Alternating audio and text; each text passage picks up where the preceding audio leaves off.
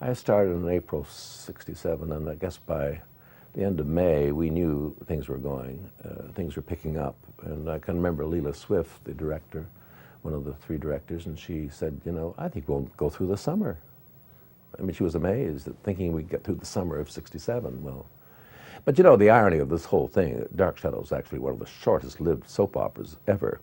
But then, of course, there's one good reason for that is because it dealt with specific material, and we ran out of material. I mean, there are only about a dozen classic horror stories, and we did them once and twice over. So there was not very much left to do. And we kind of ran out of gas is what happened with that show. So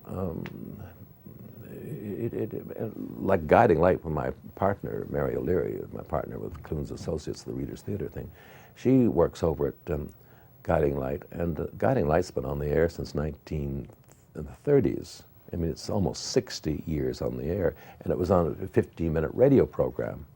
And then it went to television and it became a half-hour thing.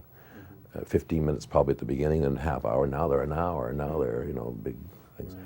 But the whole concept of the soaps has changed. But anyway, Dark Shadows was very specific, and so therefore it had a short life, and that's what makes it the more amazing that it's still around, because it really didn't last that long. Soaps are on a very tight budget. That's why they don't have cars crashing all the time. They have actors talking a lot, because it's cheaper to have actors talking than to set up a car crash going through a store window or whatever.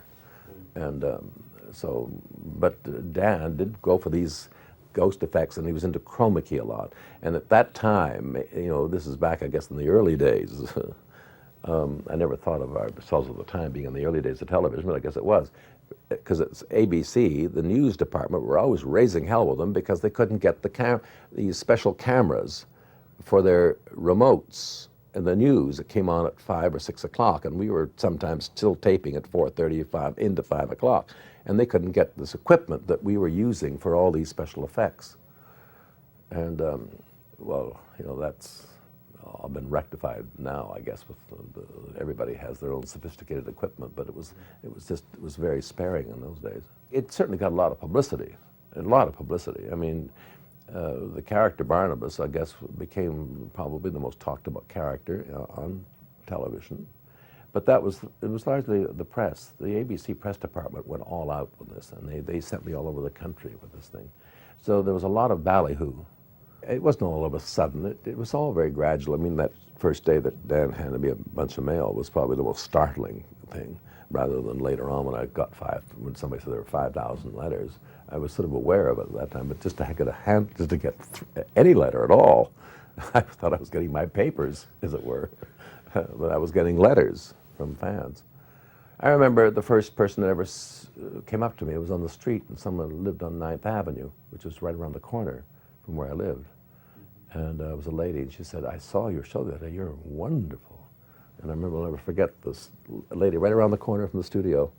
She wasn't from California or Arkansas or anything, she was just around the corner. And she came up to me and said, "You're marvelous." It was as if I was in a little local theater group. And she came up to me on 9th Avenue as I was hailing a taxi when I had to get home. And that was my first indication of anybody having been remotely favorable to what I was doing. My first year in Dark Shadows was absolute hell. It really was. Every performance. It was like diving in, not ready to swim yet, but I had to dive in. And I mean, I was not totally, but half ready to do these scenes. And it was a great challenge for me. One of my best scenes was with this young rival of mine for the affections of one of the ladies in the story, and we were meeting in a tavern, and we had a conversation about dueling and the purpose of a duel. And we were, of course, both uptight with each other because we were both rivals for the affections of this one woman.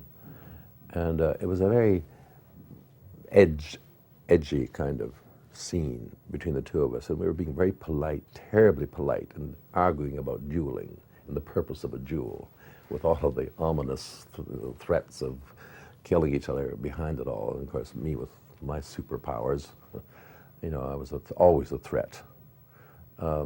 So that scene was one of my favorite. Devlin was the name of the character, and it was one of the best scenes I did.